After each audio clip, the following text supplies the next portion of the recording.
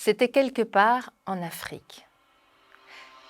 C'était quand le ciel était devenu comme un vieux bout de papier tout froissé. La terre, c'était plus de la terre, c'était du sel, où plus rien ne poussait.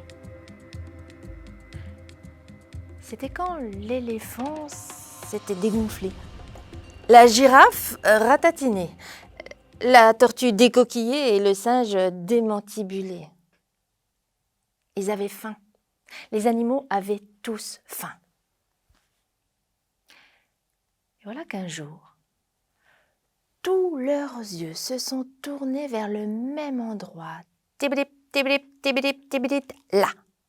Là, sur la ligne d'horizon, il y avait un arbre. Un arbre avec des grandes feuilles qui brillaient. Et il y avait aussi des taches jaunes, rouges, oranges. Alors je ne sais pas où ils ont trouvé la force, mais ils ont tous décagné pour arriver juste au pied de l'arbre. C'était pas un rêve, non, c'était un arbre magique qui portait à la fois des bananes pleines comme des croissants de lune, des melons gros comme des ballons et des fraises de compétition. Alors ils ont tous tendu leur trompe, leur museau, leurs pattes pour attraper un fruit. Quand le tronc de l'arbre s'est entortillé, a grimpé comme un colimaçon, si bien que les animaux ne pouvaient plus rien atteindre. En vérité, ce n'était pas le tronc. C'était un serpent qui avait posé ses anneaux tout autour du tronc.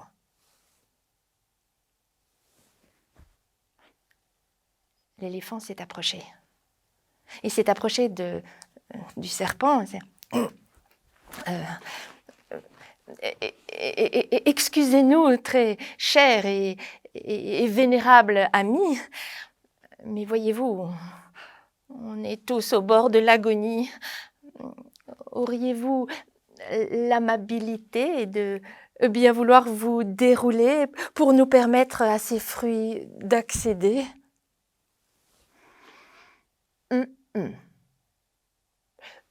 Sauf si vous êtes capable de me dire le nom de cet arbre. Le nom de l'arbre, c'est... Arbre magnifique. Arbre féerique. Arbre mirifique.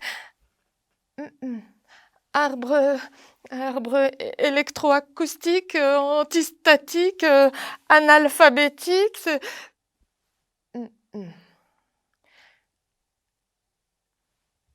C'est là que l'éléphant s'est souvenu d'une histoire que son grand-père lui racontait quand il était petit. Et dans cette histoire, il était question d'un arbre tout pareil à celui-ci, un arbre magique, qui portait toutes sortes de fruits. Et l'histoire disait que seul le lion connaissait son nom. Ah ben c'est ça, allons trouver le lion, a dit le zèbre qui était déjà dans les starting blocks. Moi je suis le plus rapide, j'ai gagné au moins 4 fois l'épreuve du saut de haie des dernières Olympiades de la savane. Et le zèbre s'est envolé pour trouver le lion qui s'apprêtait à faire la sieste. Jobanji, c'est le nom de l'arbre. Qu'on ne me dérange plus. Oh, il était content le zèbre, il est parti au grand galop. Ah, rapide, rapide, rapide, je suis le plus rapide. Rapide, rapide, rapide, je suis le plus rapide. Et quand il s'est trouvé au pied de l'arbre, avec les autres qui l'attendaient avec impatience,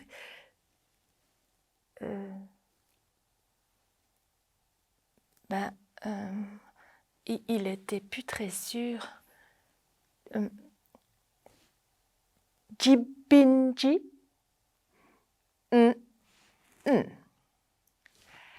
À quoi ça sert d'avoir des jambes quand on n'a pas de cervelle? C'était le singe. qui à son tour est allé trouver le lion, qui s'apprêtait à faire sa sieste. Je l'ai déjà dit au zèbre. Jobanji, c'est le nom de l'arbre, alors écoute-le bien.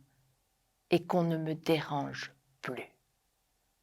Oh, il était content le singe. Il est reparti en chantant malin, malin, malin, je suis le plus malin. Malin, malin, malin, je suis le plus malin. Et quand il est arrivé au pied de l'arbre, le singe,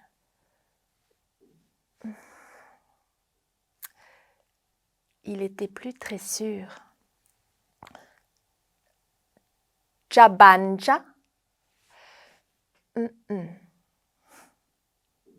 À quoi ça sert d'avoir une cervelle quand on ne sait pas s'en servir?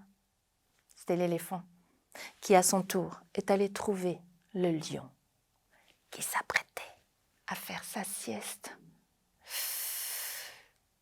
Je l'ai déjà dit au zèbre. Je l'ai déjà dit au singe. Alors écoute bien. Pachyderme, ma feuille de chou, écoute bien parce que c'est la der des der. C'est la dernière fois que je le dirai.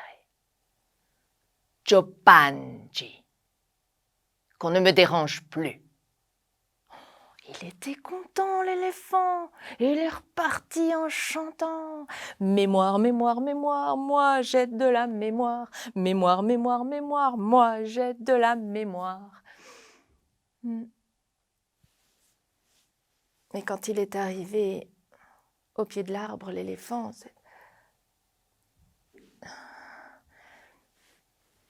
il était plus très sûr.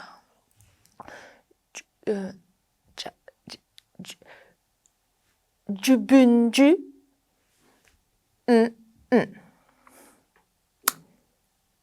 La tortue.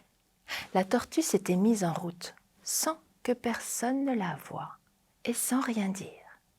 Elle est allée trouver le lion qui s'apprêtait à faire sa sieste et qui s'est mis à rugir. Je l'ai déjà dit au zèbre, je l'ai déjà dit au singe, je l'ai déjà dit à l'éléphant. Alors écoute bien, toi la tortue, je ne le dirai plus à personne, plus à personne, tu m'entends, jamais plus, je ne dirai à personne, je ne dirai jamais plus que cet arbre s'appelle Jobanji. Il continuait à rugir, alors que la tortue s'est carapatée en silence. Elle était contente, la tortue. Elle chantait Jobanji, Jobanji, Jobanji, Jobanji, Jobanji, Jobanji, Jobanji, Jobanji. Et c'est comme ça que grâce à la tortue, le serpent s'est déroulé du tronc de l'arbre, les fruits se sont abaissés et tout le monde s'est régalé. Mais au fait, mais pourquoi, quelque part en Afrique, mais pourquoi un arbre magique? Bien peut-être pour dire que ce qu'on raconte dans les histoires, c'est parfois vrai. Mais pourquoi, quelque part en Afrique, mais pourquoi, cet arbre magique?